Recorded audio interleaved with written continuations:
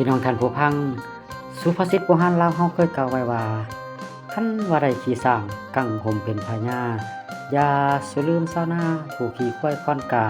คันเจ้ามีความรู้เต็มพุงเพียงปากสอนตัวเองบ่ได้ไผ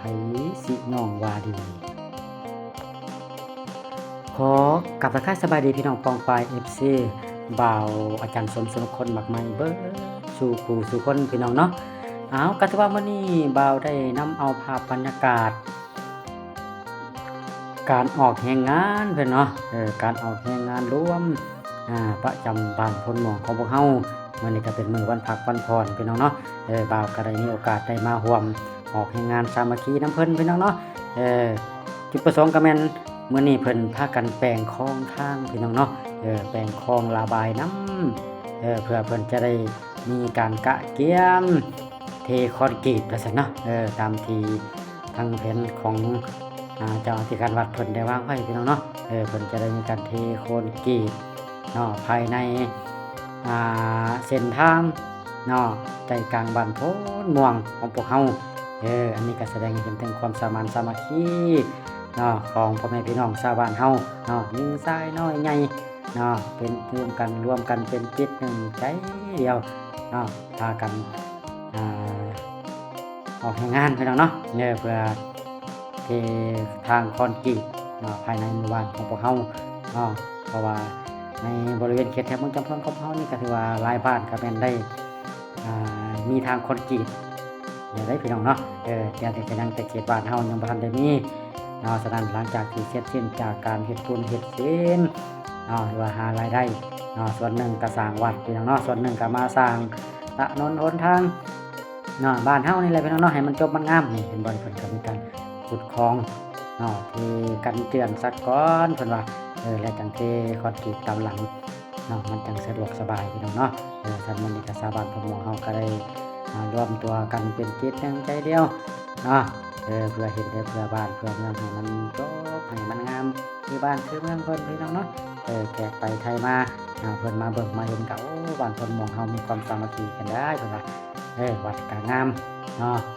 วัดก็งามโรงเรียนก็งามฉะนั้นถนนหนทางก็ต้องงามพี่น้องเนาะก็ถือว่าเป็นสีหน้าสีตาบ้านเฮา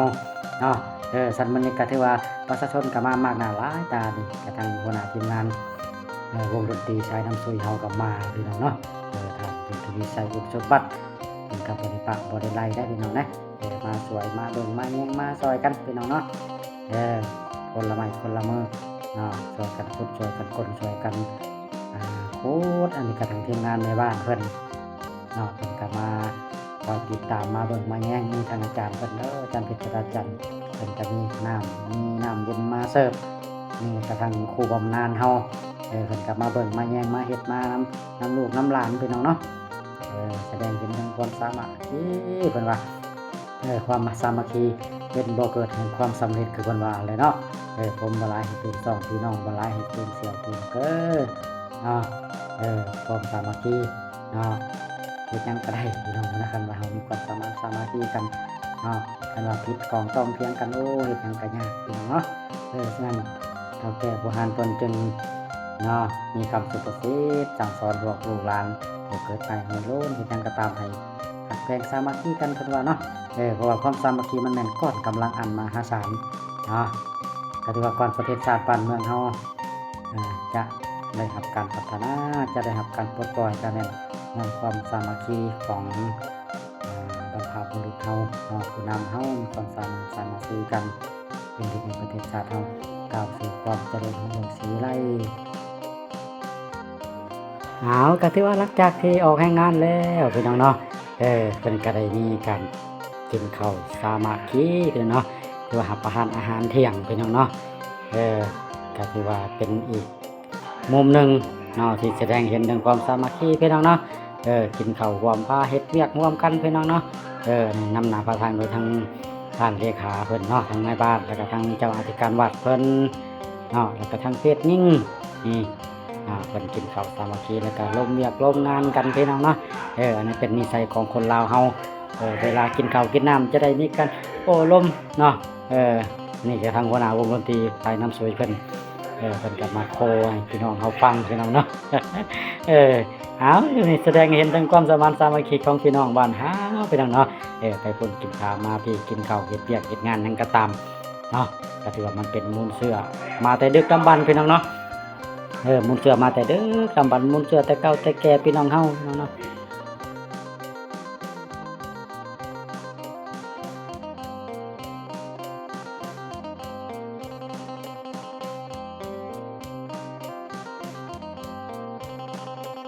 วันคำแปลวัน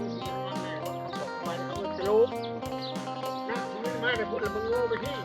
งานที่เคยได้ว่ามึงที่ก็หาเลยไม่ธรรมดาไม่ตู้รับโพมันก็รับโพมันจะอยู่เรื่องทองอันนี้นะน้องโอ้ยปากเลยปากที่ปากนี่มันสองปากไหนปากอะไรมันไม่ปากเลยมันไหนมันไปเวียดนามเลยอยู่เจ้าหนุ่มยักษ์ก็หน่วยเอามาโกมันตื่นอยู่เว้ยเป็นแต่ยังเป็นได้ไหมบ้าข้างหน้านี่บ้างเขาใส่ลายดอกข้างหน้านี่ที่บ้างเขาใส่ที่สองดอกมันก็ได้ใหม่ดอกปาก เอาเฮ็ดแลบมันเด้ ไอ้ตูนนี่กับมาในวงเบิดนี่แหละเอาตุ้ยนี่ก็จะขึ้นเอาไปน้องกับไปน้ำเบิด ก็ถือว่ามาฮอดนี้ก็บ่มีหยังหลายเป็นเนาะก็สิขอจบคลิปเอาไว้ส่ำนี้ก่อนอื่นก็ขอขอบคุณสำหรับผู้ที่ให้การติดตามรับชมกันแล้วกันเด้อพี่น้องเด้อฝากกดไลค์กดแชร์กดติดตามเป็นกำลังใจให้บ่าวนี่เด้อขอความสุขดีจงเกิดมีแก่ท่านผู้ชมและกับท่านผู้ฟังทุกท่านขอกล่าวคำว่าสบายดีพี่น้องเนาะ พัดเสือมาเว้ยเอาไปมารถกีตาร์กันเทียจะเบิดปัดตาให้ชูกีตาร์ไปเป็นอันนี้ประวัตินะชายน้ำสิลุกหมูได้แต่ที่ฮอดที่ฮอดแจ้งไม่ได้ยาก็ต้องเล่นมาคุณเซิร์ฟสิได้ยาเอากระชาเนี่ย